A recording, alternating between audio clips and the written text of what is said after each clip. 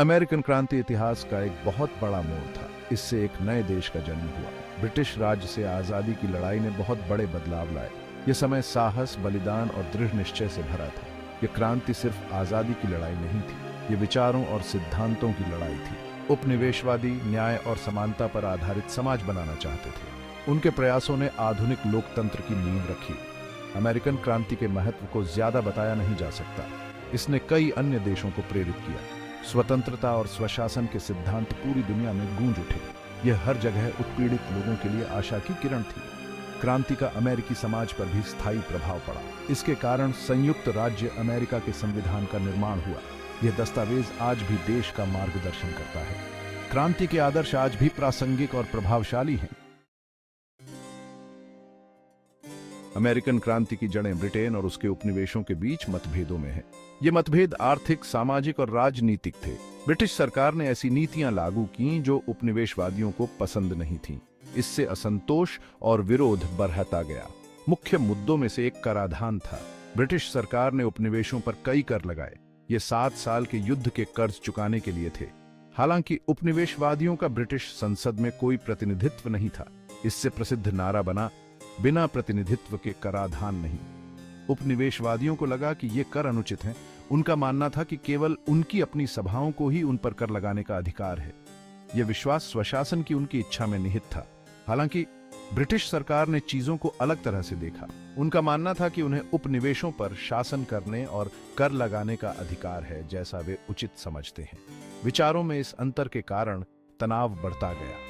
उपनिवेशवादी विरोध प्रदर्शन और बहिष्कार आयोजित करने लगे। वे ब्रिटिश नीतियों के प्रति अपना विरोध दिखाना चाहते थे। ये कार्य क्रांति की ओर पहला कदम थे। 1765 का स्टैंप एक्ट ब्रिटिश द्वारा लगाए गए पहले प्रमुख करों में से एक था। इसमें उपनिवेशवादियों को सभी कागजी सामानों के लिए एक स्टैंप खरीदना जरूरी था। इसमें अखबार, कानूनी दस्तावेज और यहां तक कि ताश खेलना भी शामिल था। उपनिवेशवादी नाराज थे। उन्होंने इसे अपने अधिकारों पर सीधा हमला माना। स्टैंप एक्ट पर प्रतिक्रिया तेज और कड़ी थी। उपनिवेशवादियों ने इसका विरोध करने के लिए सन्स ऑफ लिबर्टी जैसे समूह बनाए। उन्होंने विरोध प्रदर्शन आयोजित किए और कर संग्रहकर्ताओं पर हमला किया। व्यापक विरोध के कारण अंततः 1766 में स्टैंप एक्ट को रद्द कर दिया गया। हालांकि अंग्रेजों ने अन्य कर लगाना जारी रखा। सबसे प्रसिद्ध करों में से एक 1773 का चाय अधिनियम था। इस अधिनियम ने ब्रिटिश ईस्ट इंडिया कंपनी को उपनिवेशों में चाय की बिक्री पर एकाधिकार दे दिया। उपनिवेशवादियों ने इसे उन्हें नियंत्रित करने के एक और प्रयास के रूप में देखा। बोस्टन टी पार्टी इस अधिनियम की सीधी प्रतिक्रिया थी। मूल अमेरिकियों के वेश में उपनिवेशवादियों ने चाय की एक पूरी खेप बोस्टन हार्बर में फेंक दी। इन घटनाओं ने आजादी की इच्छा को हवा दी। उपनिवेशवादी ब्रिटिश शासन से मुक्त होना चाहते थे। वे एक ऐसी सरकार स्थापित करना चाहते थे जो उनके अधिकारों का सम्मान करे। हर नए कर और ब्रिटिश उत्पीड़न के कृत्य के साथ आजादी की इच्छा और मजबूत होती गई। अमेरिकन क्रांति के पहले गोले लेक्सिंगटन और कॉनकॉर्ड में दागे गए थे। ये लड़ाइयां 19 अप्रैल 1775 को हुईं। उन्होंने आजादी के लिए सशस्त्र संघर्ष की शुरुआत की। अंग्रेजों का लक्ष्य औपनिवेशिक हथियार जब्त करना और रेवोल्यूशनकारी नेताओं को गिरफ्तार करना था। हालांकि उपनिवेशवादी तैयार थे। लेक्सिंगटन में औपनिवेशिक मिलिशियामैन के एक छोटे समूह का सामना बहुत बड़ी ब्रिटिश सेना से हुआ। दुनिया भर में सुनी जाने वाली गोली चलाई गई। हालांकि यह स्पष्ट नहीं है कि किस तरफ से पहले गोली चलाई गई। अंग्रेजों ने लेक्सिंगटन में उपनिवेशवादियों को जल्दी से हरा दिया। फिर वे कॉनकॉर्ड की ओर बढ़े, जहां उन्हें और मजबूत प्रतिरोध का सामना करना पड़ा। कॉनकॉर्ड में उपनिवेशवादियों ने अपनी आपूर्ति का सफलतापूर्वक बचाव किया। उन्होंने अंग्रेजों को पीछे हटने के लिए मजबूर किया। जैसे ही अंग्रेज वापस बोस्टन की ओर मार्च करते गए, उन्हें औपनिवेशिक ताकतों ने परेशान किया। इस गुरिल्ला युद्ध ने अंग्रेजों को काफी हताहत किया। लेक्सिंगटन और कॉनकॉर्ड की लड़ाई कई कारणों से महत्वपूर्ण थी। उन्होंने औपनिवेशिक प्रतिरोध को मजबूत किया। उन्होंने दिखाया कि उपनिवेशवादी अपने अधिकारों के लिए लड़ने को तैयार हैं। इन लड़ाइयों ने आजादी के लिए एक पूर्ण पैमाने पर युद्ध की शुरुआत को भी चिह्नित किया। भाग 5 स्वतंत्रता की घोषणा 4 जुलाई 1776। स्वतंत्रता की घोषणा अमेरिकी इतिहास के सबसे महत्वपूर्ण दस्तावेजों में से एक है। इसे 4 जुलाई 1776 को कॉन्टिनेंटल कांग्रेस ने अपनाया था। इस दस्तावेज ने 13 उपनिवेशों को ब्रिटिश शासन से स्वतंत्र घोषित किया। यह एक साहसिक और रेवोल्यूशनकारी बयान था। घोषणा मुख्य रूप से थॉमस जेफरसन द्वारा लिखी गई थी। इसमें किंग जॉर्ज तृतीय के खिलाफ उपनिवेशवादियों की शिकायतों को रेखांकित किया गया था। इसने व्यक्तिगत अधिकारों और स्वशासन के सिद्धांतों को भी स्पष्ट किया। प्रसिद्ध शुरुआती पंक्तियों में कहा गया है कि सभी पुरुष समान बनाए गए हैं और उनके पास अपरिहार्य अधिकार हैं। घोषणा को अपनाना क्रांति में एक निर्णायक मोड़ था। इसने आजादी की तलाश में उपनिवेशों को एकजुट किया। इसने ब्रिटिश सरकार को भी एक स्पष्ट संदेश भेजा। उपनिवेशवादी अब सुलह नहीं ढूंढ रहे थे, वे अब पूर्ण स्वतंत्रता के लिए लड़ रहे थे। स्वतंत्रता की घोषणा का स्थायी प्रभाव पड़ा है। इसने स्वतंत्रता और समानता के लिए अनगिनत आंदोलनों को प्रेरित किया है। इसके सिद्धांत दुनिया भर में गूंजते हैं। यह स्वतंत्रता और लोकतंत्र के अमेरिकी आदर्शों का प्रतीक बना हुआ है। भाग 6 मुख्य मोड़, साराटोगा की लड़ाई और फ्रांसीसी समर्थन। साराटोगा की लड़ाई अमेरिकी क्रांति में एक महत्वपूर्ण मोड़ थी। यह 1777 के पतन में हुआ था। साराटोगा में अमेरिकी जीत ने मनोबल बढ़ाया और दिखाया कि उपनिवेशवादी अंग्रेजों को हरा सकते हैं। इसके महत्वपूर्ण रणनीतिक निहितार्थ भी थे। साराटोगा में जीत ने फ्रांस को अमेरिकी हित का औपचारिक रूप से समर्थन करने के लिए राजी किया। फ्रांस गुप्त रूप से उपनिवेशवादियों की सहायता कर रहा था, लेकिन इस जीत ने उन्हें खुलेआम युद्ध में शामिल होने के लिए मना लिया।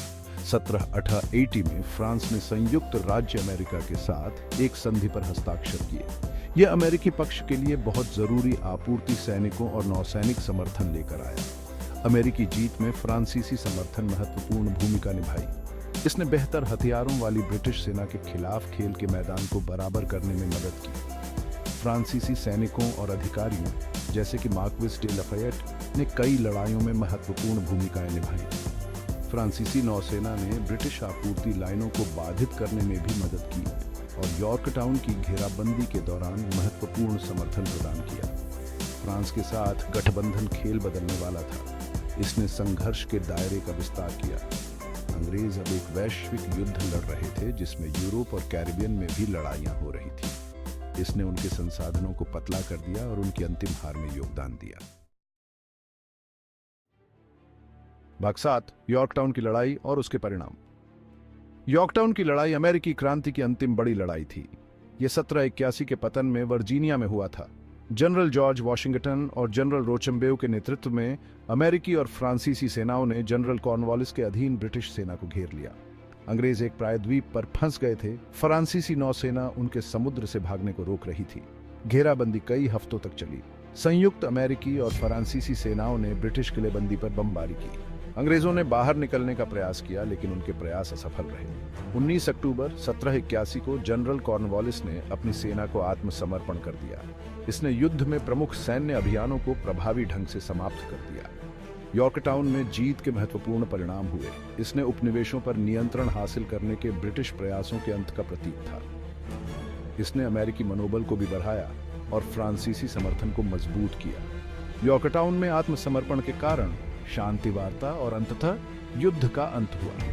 यॉर्कटाउन की लड़ाई को अक्सर अमेरिकी क्रांति के निर्णायक क्षण के रूप में देखा जाता है। इसने फ्रैंको अमेरिकी गठबंधन की प्रभावशीलता का प्रदर्शन किया। इसने वॉशिंगटन और उनके कमांडरों की रणनीतिक प्रतिभा पर भी प्रकाश डाला। यॉर्कटाउन में जीत ने अमेरिकी स्वतंत्रता का मार्ग प्रशस्त किया। भाग 8 पेरिस की संधि अमेरिकी स्वतंत्रता की मान्यता।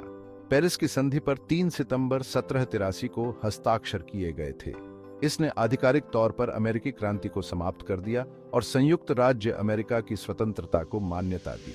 पेरिस में वार्ता हुई जिसमें अमेरिकी प्रतिनिधि बेंजामिन फ्रैंकलिन, जॉन एडम्स और जॉन जे और ब्रिटिश प्रतिनिधि शामिल थे।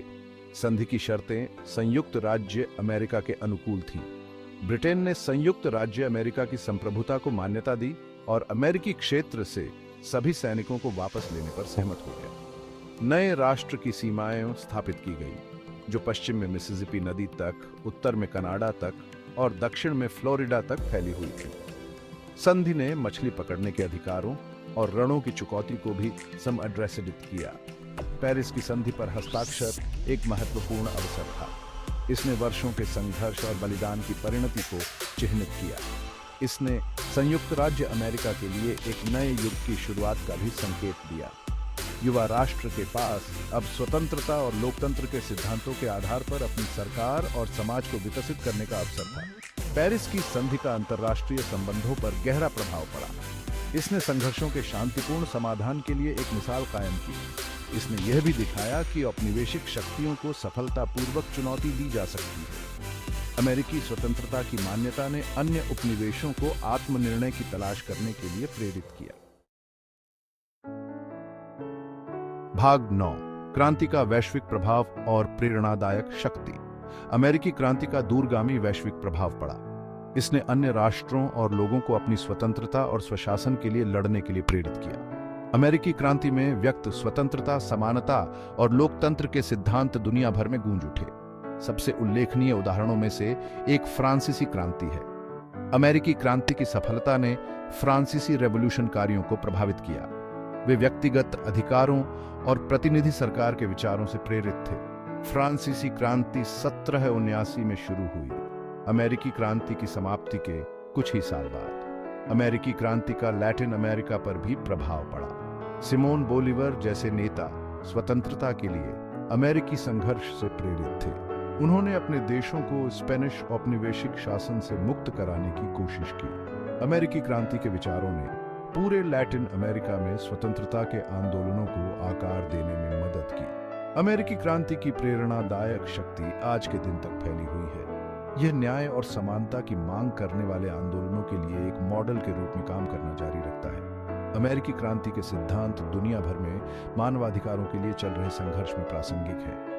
क्रांति ने दिखाया कि आम लोग इतिहास के पाठ्यक्रम को बदल सकते हैं।